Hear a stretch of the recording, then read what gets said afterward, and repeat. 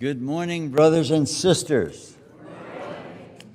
It is always a thrill for Nancy and me to be here at Sunny Hills. It's been a while since you dared let me get up in the pulpit, but I hope that you're not disappointed with that this morning. It's just such a blessing to be at the church that we consider really, for the most part, to be our home church. Our home church. And this is the theme of what we want to do together this morning. I just love sharing with you when I think of Sunny Hills Church of Christ. I think of a city on a hill. This is sunny California, and I think of the hills around us and the name of this congregation, and I am just so grateful for this opportunity to be here with you this morning and show you a little bit of what you have been doing to shine, to be a shining light around the world. And it's exciting to me and so on. But I want to begin with a little bit of a time to honor some people here this morning. I'm so grateful for the lives of a number of individuals in this church, and I'm hoping that nobody will think, well, why didn't he mention me? Because I have a lot of friends in this church, and some who are here pretty often, some who have gone on to be with the Lord, and but it's a thrill to be here and to have a time to say thank you. I was just thinking this past week how long we have had a relationship with this church in one way or another. It's been 47 years. And from almost the very first time we came to California in 1971, in 1972, we began a relationship with this church. And we're so grateful for it. So I want to honor some people. And I'm doing this a little bit chronologically. That's kind of the way I think. And so this great man impacted me very deeply many, many years ago. And I'm sorry I didn't get here in time to say goodbye to him as he passed on to be with his wonderful wife and with the Lord. Maurice Hall. When I was a young kid, I would say, I was 19 years old. I was going to Harding College back in the early 1960s. And we had back in those days something that was called the World Missions Workshop. It had begun at Harding, and it went to different Christian colleges in different places. And that year it went to what was then called Michigan Christian College. And in their auditorium, they promoted the idea that everybody there who was interested in missions should commit to one of the countries on the walls. And nobody committed to the one that I saw that was outstanding there. So I signed up for it.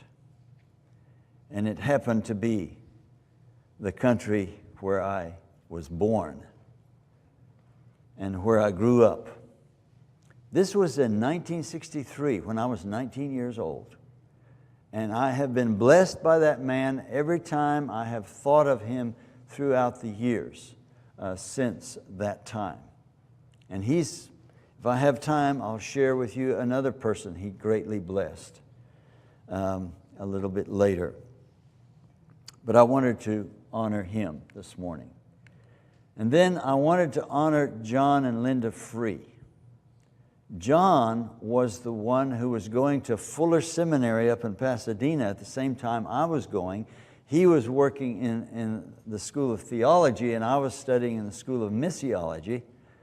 And somehow we met, or he heard of me or something like that. And during the summer of 1972, he contacted me. We were living over in Redondo Beach, and he contacted me about coming over to this church and presenting on Wednesday night some lessons on missions. And we did that for 6 weeks, and we were so glad that we were invited to do that. And so John is a printer as well as other things in his background, and he's printed books for us that we've used in missions, and we appreciate the work that he's done. Also, Joe and Mary Scroggins, former elders in this church, along with Dwayne and Pat Beck.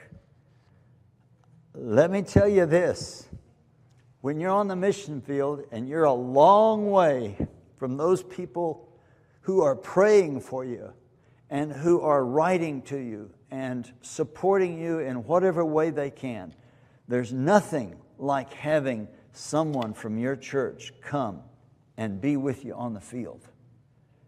And I just digitized recently some old VHS films that I've got pictures of the Scroggins and the Becks down in the Gwembe Valley, a very remote valley in Zambia, where they came. And I've got proof that Dwayne Beck actually helped dig the foundation of a church building. I've got proof. He can't deny it anymore. We were a long way from the nearest town. I'm telling you, more than 100 miles from the nearest town. I'm telling you, we had to carry our own water to get there and things of that nature. But I wanted to thank the Lord and to thank them and honor them for coming and being with us at that time. And then Terry and Susan Giboney, who Terry served here as a deacon, and Susan was right there with him and all of that. Then later he became an elder. And in 1990, they traveled to Africa with us in different places and spoke and did some teaching and training. And some of those events where they were being able to see and be introduced to the work that we had been doing, the people, the leaders that had emerged from the work that we'd been doing, was such an important affirmation for them to be there and to meet these people and so on. And so we were very, very grateful to them also. And Terry and Susan didn't always tell us what we wanted to hear. They told us what we needed to know. They were true mentors to us.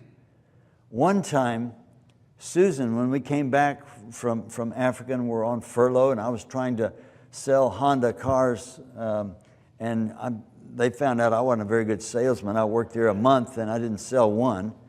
But one Sunday, Susan said to me, Sam, have you thought about going back to Fuller and finishing your master's degree?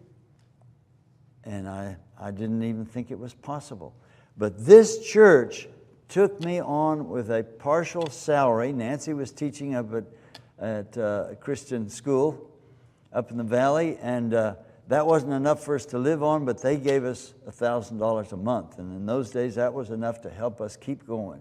And so I was able to go and finish my master's degree up there. So I thank Susan for that. We were staying with her this week up at Pepperdine, and we bring you greetings from her. She loves you, but she couldn't make it down here this morning to be with you. But Terry, after I had been serving on the staff here at Sunny Hills as an involvement minister, and then also part-time as the missions minister, I made trips to Africa most of the summers that I was on staff here. And I came back in 1992, and I had been so impacted by something I don't have time to tell you all about, but I felt like God was calling us back to Africa to serve as missionaries. Terry thought, I've been over there 22 years, it was time for me to give it up, but I just felt called to go back. And so I had the elders over to our house one day, and I made the announcement that I really felt like that I needed to go back to Africa. And afterwards, Terry said to me, "Sam, you're a stubborn man." And if you remember Terry, he said it with a real smile on his face. He said, "When I see that trait in me, I call it persistence." And I've joked about that a lot of times. My dad was stubborn, and I know I'm stubborn too. But I felt like it was the call of God for us to do that. So I want to also thank Dave Huffman. Dave was a part of a small prayer group that we met here when I was on staff in the late 1980s and early 90s. And we did some prayer walking together in his community. And he was concerned about some issues going on in his community down, I think it's on Pecan Street, or Pecan, I don't know how you pronounce it in California. But we went several times and prayed down there. And we gathered here before the first service every Sunday morning, and we spent quite a few minutes in prayer, half an hour at least, praying to the Lord. And I've been asked by Terry Gibney, "Sam, please back off. Don't pray so much. We don't want my boss at work, who was harassing him and actually got him fired. She had an accident because I was praying against what she was doing at that time." Anyway, we did some prayer walking, and that was a great experience too. And Dave Huffman has been a faithful giver to us over the years, very faithfully for many years. And we appreciate it just because of that faithfulness. Well, I don't want to dwell all morning on these things, and this is not working anymore. I want to go forward. All right. I want to think about, and there are many others here that I could honor, but I want to save some time for some message to you. In Isaiah chapter 9, verse 2, it says, "The people walking in darkness have seen a great light. On those living in the land of deep darkness, a light has dawned." And I think that is so true. Last year, Nancy and I and some of our children, 2 of our 3 children, and some of their children were traveling with us. Some of you remember Les and Peggy Turner. They sponsored our son Daniel and their whole family to travel in parts of Africa with us. And we stopped off in Zambia. Uh-oh, these pictures are out of order. Maybe I'm not seeing that too good. Well, this, if it's going to move back to that picture, I'll do that one first. Actually, our first stop was in Rwanda, where we had served for 4 years, more recently than our time in Zambia. If it doesn't work, that's okay. We can just go on without it. In Rwanda, we were blown away with what God has done in the last 10 years. We moved there in 2007. We started a mission there, and we got it registered with the government. And the government would not allow us to plant churches, which is what I had been doing all of my missionary life since the early 1970s down in the Gwembe Valley and so on. But the government would not allow us to plant churches unless we had a big building, a big property, and certain requirements that would just make it impossible to start a church with that kind of stuff and get it registered with the government. And so they forced us to meet in small groups, which is what I'd had training in just the year before we went back, making disciples, gathering in small groups, and letting God be the teacher, and studying the Scriptures together, and allowing people to participate and see what is the Word saying, and how do I say that in my own words, and how do I express that, and then how am I going to change my life based upon what I've learned from God's Word. And I'll just summarize by saying that in those 10 years, from actually 2008 when we got registered, and we had our first training in 2009, until 2018, last year, 10 years, there have been 12 networks of disciple-making peoples done. At least 400, comes from 3 years ago. I don't know what the latest statistics are, but at least 400 home churches meeting in various places throughout the country of Rwanda.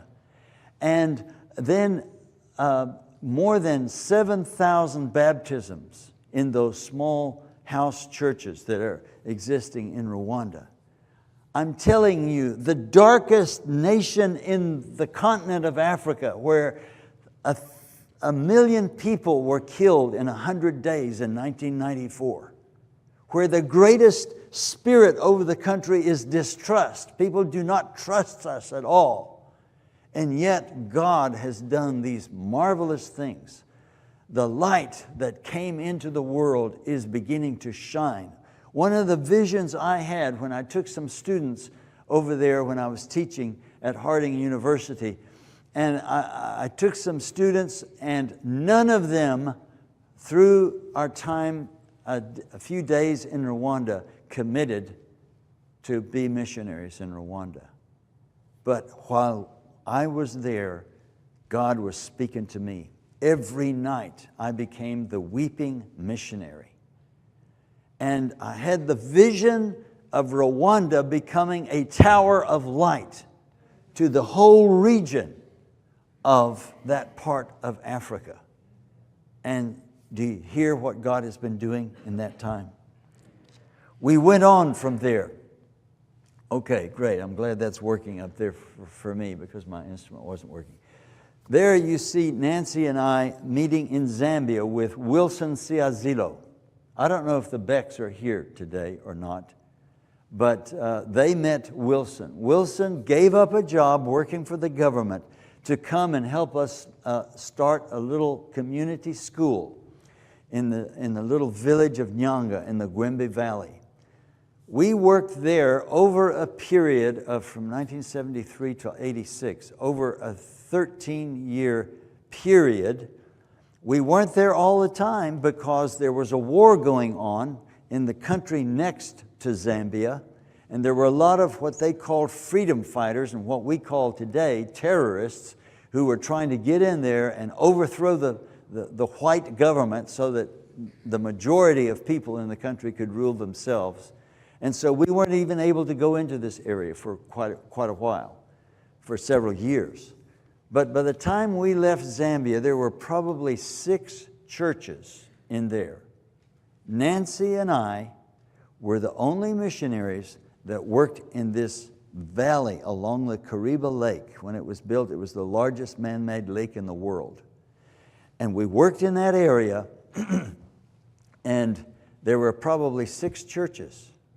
There's never been a missionary, a Western missionary, working in that area since that time. But Wilson told us that there are now 60 churches there. This is something the Zambians have done. 60 churches in that area, and every year in August they have a big gathering, and people come from across the lake in Zimbabwe to gather with these people, and usually they say they have about 1,000 people gathering for this kind of a lectureship and fellowship time together. So God is bringing a great light into that part of the world. In fact, Zambia as a nation has the highest percentage of Christian residents. Now, I'm using that in a very general term. Some are nominal followers of Christ or whatever, but 95% of the people in Zambia claim to follow Christ. So things have been happening over those years in Rwanda. I think that couple up there, Wilson and Nancy Sianzalu, who were our very close partners. Well, there are many great things going on. This man I met a little broader than Africa. I met this man in 2016 in Athens, Greece. Just to mention to you what's going on in the Middle East. And I know that the news is always very negative. It is negative. There are just a bunch of terrorists over there and so on. This man told me his story. He was the leader who went into the mosques. He was a Muslim, and he went into the mosques all over Afghanistan. And he taught the leaders in the mosque about the Quran. That is the Bible to them, the book of Quran. And he taught them this. He did this for a number of years until someone offered him a New Testament. And when he read that, he said, I discovered the true God, a God of love, mercy, and grace. I had never known of this before. And now he's come to Athens and he's becoming a follower of Jesus Christ. Isn't that a great joy to hear? And think about what that man could do when he goes back, maybe in years to come, and shares with all those people he was teaching falsehood to, and can share the gospel with them. And is there another, next slide?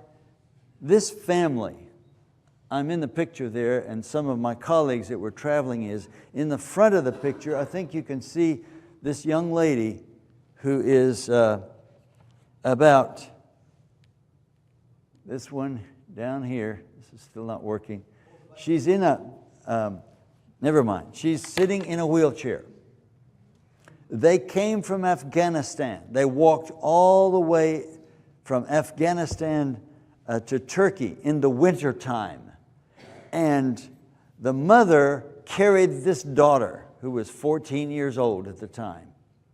600 miles they walked in the snow.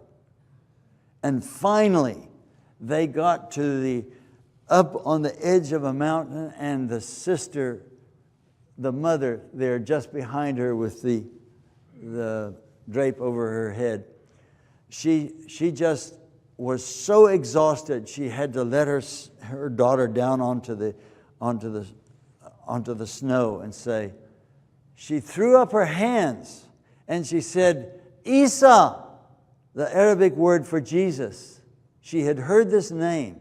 She said, Isa, please, I can't go any further. Please save my daughter.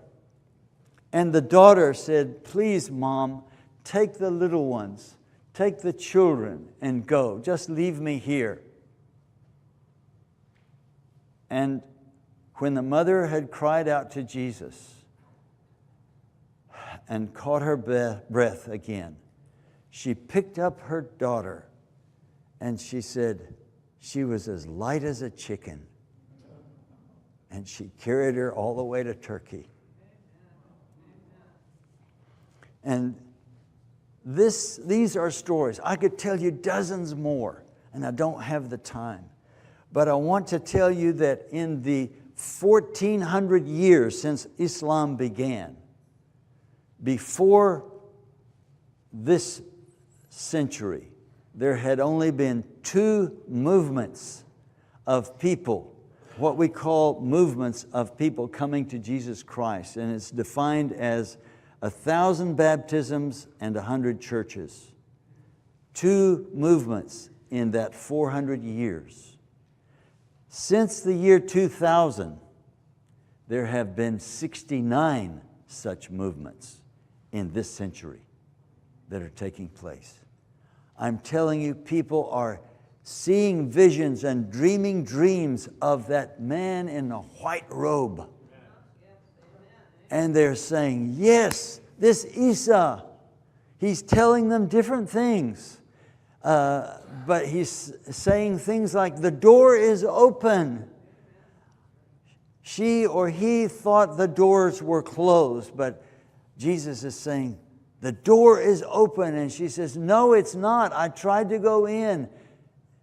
And he says, I am the door, and the door is open. Oh, God is blessing in so many ways. And I want to thank this congregation. I want to thank you for the support, the prayers, the blessings that you have given us over the years, and that we can continue our work of blessing. We do have some trips. This is the first year in many that we have not made a trip to Africa. But we are planning to go next year and be there for several weeks. I'm trying to convince Nancy that it will be several months, but at least up to now it's several weeks. And so I want to read one scripture here toward the end here. I read it from Isaiah at first. Now I want to read it from Matthew. You are the light of the world. I'm thankful for what has already been shared this morning before I got up here that show service and love and blessing that you are in your community. You are the light of the world. A town built on a hill cannot be hidden. Neither do people light a lamp and put it under a bowl. Instead, they put it on its stand, and it gives light to everyone in the house. In the same way, let your light shine before others, that they may hear? No, that they may see your good works. I've tried to convince people before. When you're in a huge thunderstorm that's going on, and I think some of you have had some of those this year or last year in this part of the country. When you see the lightning, you hear the lightning. I mean, you see the lightning before you hear the thunder. Okay? So what my point is here, people in the world who are living in darkness, they want to see the light in you before they hear the thunder of the preacher, the preaching, the condemnations that oftentimes preaching includes. They want to hear, they want to see the light, and they want to taste the salt that you are, and the yeast that is leavening the whole lump and changing this world for Jesus Christ. Thank you so much for the opportunity to be with you here today. May God bless you all. Thank you.